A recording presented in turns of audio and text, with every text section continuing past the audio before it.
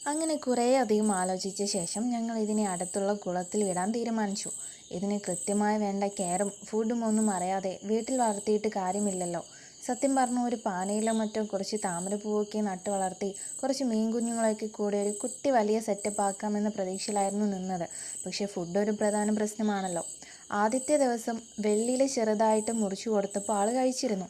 എന്നാലും ആമക്കുഞ്ഞിൻ്റെയും ഷെല്ലിൻ്റെയും വളർച്ചയ്ക്ക് അതുമാത്രം പോരല്ലോ. മാത്രവുമല്ല, പുറത്ത് വിടുമ്പോഴൊക്കെ ആൾ ചെടിയുടെയോ പുല്ലിൻ്റെയോ ഒക്കെ ഉള്ളിൽ ചെന്ന് ഒളിച്ചിരിക്കും. പേടിച്ചിട്ടാണെന്ന് തോന്നും.